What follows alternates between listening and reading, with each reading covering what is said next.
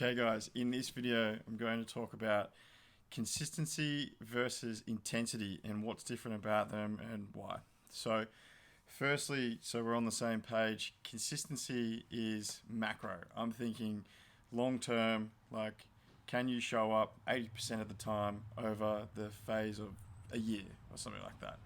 And it's more of like a ratio or a percentage. So if you're hitting 80% of your sessions or your meals or whatever it is that the target is you're trying to be consistent on, if you do that for a year, like a longer period, 6 months, a year, 2 years, that is what I would consider to be consistent.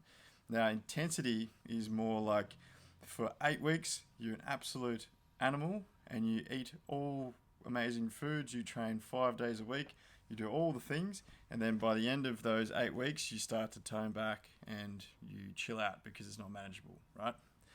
So I want to really stress this. It's the importance of consistency is everything. So let's say my program is 4 months long. So it's like in between being a consistent and an intensity kind of thing. But what I'm trying to teach you is consistency across that whole 4 months, right? So if you take the 4 months and you had 2 bad weeks out of those 4 months, or you had, let's say, like, 4 to 5 mediocre weeks, a fair few good ones, and a couple of really bad ones. Over the space of that whole 4 months, you were at 80% consistency or whatever. That is a good outcome, right? That's what you're striving for. The opposite of that is you kill it for 2 weeks, you have one bad week, and then in your head you're like, oh, I've lost it. Nah, I've dropped off. All the wheels have fallen off. Like shit's hit the fan. And then that causes you, that mentality causes you to drop off for 2 weeks, 3 weeks, a month.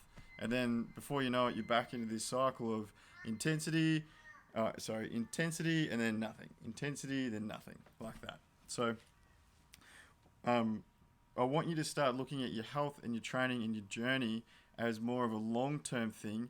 And like, if you look at the space of a year and you've had 4 to 5, even like 8 bad weeks, but they're spread out over the year, it means nothing.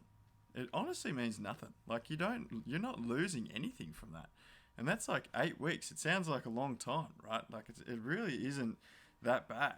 So when you're on, like, be consistent, and you'll hear me say this to you. If you're, when you're doing this work and this food, I'll always ask you this question.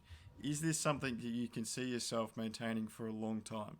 And if the answer is no, then we need to change it. We need to make it suit your lifestyle better. We need to make the food easier for you to cook. Whatever the thing is or the variable that's getting in your way, we need to make that easier so that you can see yourself doing this forever. Because if you can do it forever, like you're not getting, a result after 4 months. You're like changing your life.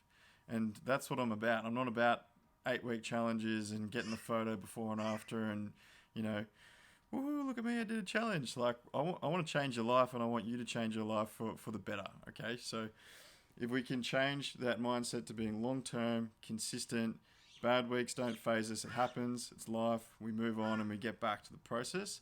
You're going to get 1,000 times better results, and you're going to be way happier and less stressed about it as well. So I hope this is helpful, and I'll see you in the next video. You.